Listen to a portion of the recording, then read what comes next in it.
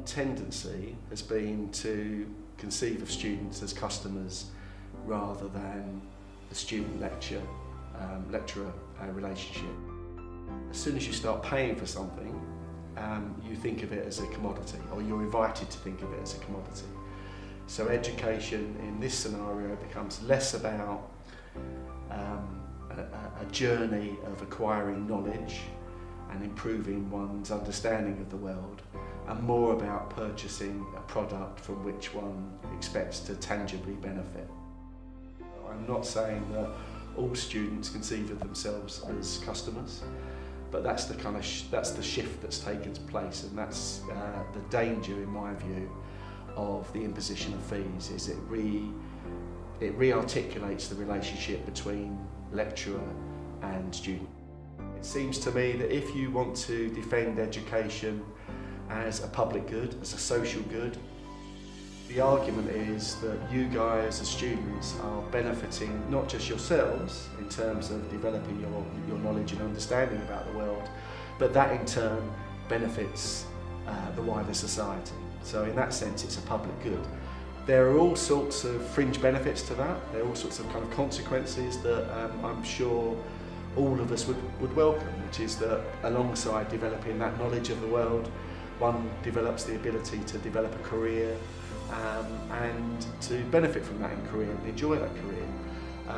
But I think the danger of the imposition of fees is that there's that sense of education being defended as a public good becomes more and more difficult, and so it becomes that process of commodification and that kind of instrumental way of thinking about education means that the student is invited to conceive of it as a purchase, and my fear or my reservation is that that sense of it being a kind of a social good, a public good, is lost.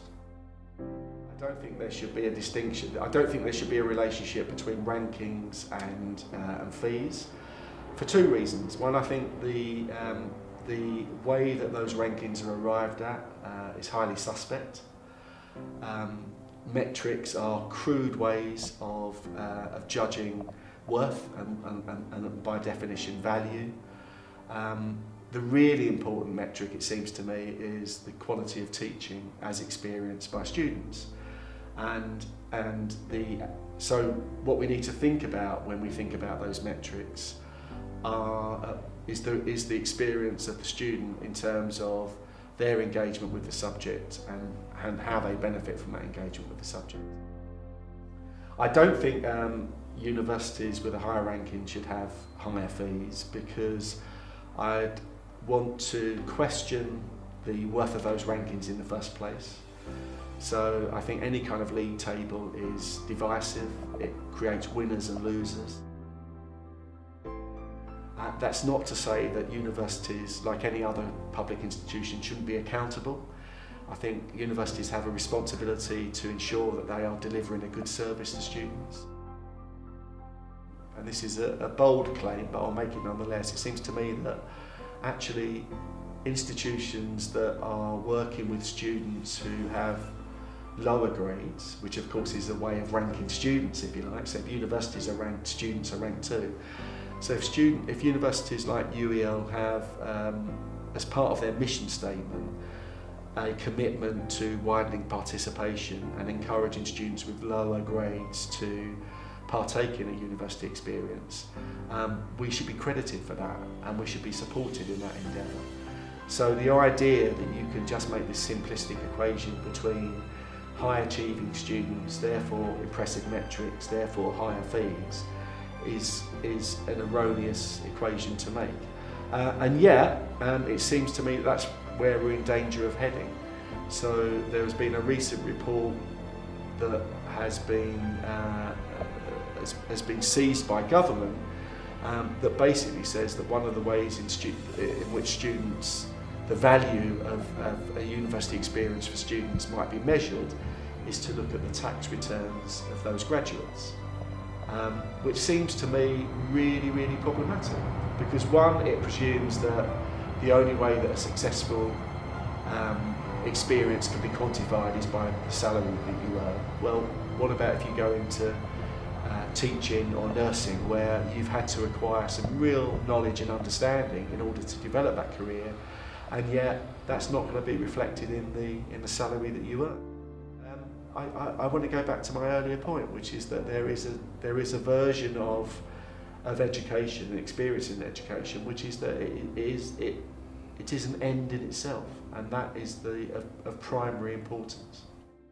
I'm sure certain institutions do play the market in terms of overseas students. This is a personal opinion. I say this as an individual, not in terms of representing the institution. I can't see the justification for that. I can see an explanation, which is, of course, if you play the market, you try to arrive at the highest fee that you can with what the market will allow. But that doesn't seem to me a position that can be defended if your priority is to deliver education on the basis of the value of that education in and of itself. So I personally can't see a justification. The reason that distinction exists is because there's no cap on international fees. Those fees are arrived at institutional level, and that is determined by market forces.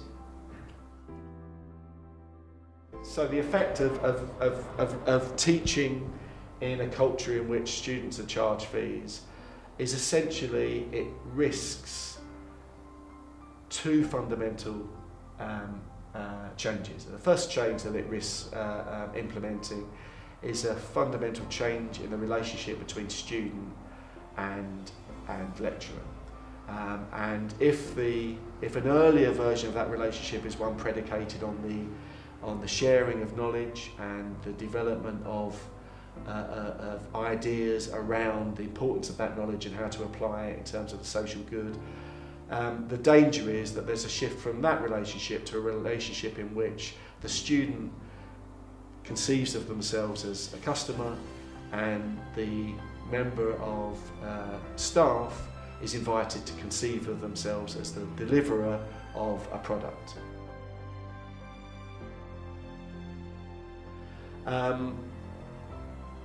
I'm of the view that actually there can be an experience of higher education that is fulfilling first and foremost because it is about the pursuit of knowledge and about the application of that knowledge. But that doesn't presuppose, and I think sometimes this is the caricatured argument that you have to engage with, that doesn't presuppose that we can't, as teaching staff or indeed as students, be sensitive to the other benefits that an education affords. And those other benefits are about students thinking about future careers, developing their kind of social skills, developing their cultural capital, their kind of knowledge of the world, enjoying the rewards that a student experience brings in terms of kind of developing new social relationships and meeting people from different parts of the world. All of those things are kind of fringe benefits, and they're important benefits. And so in my own teaching, I will always be at pains to support students in any way that I'm able to. But that is always predicated on establishing the most, as I see it, the most important relationship, which is the most important responsibility I have, which is to try and impart my knowledge of a particular area, my expertise in a particular area, and to try that and impart that in a way where students, one, are able to comprehend it, and two, are able to recognise what can be made of that knowledge, how it might be used effectively.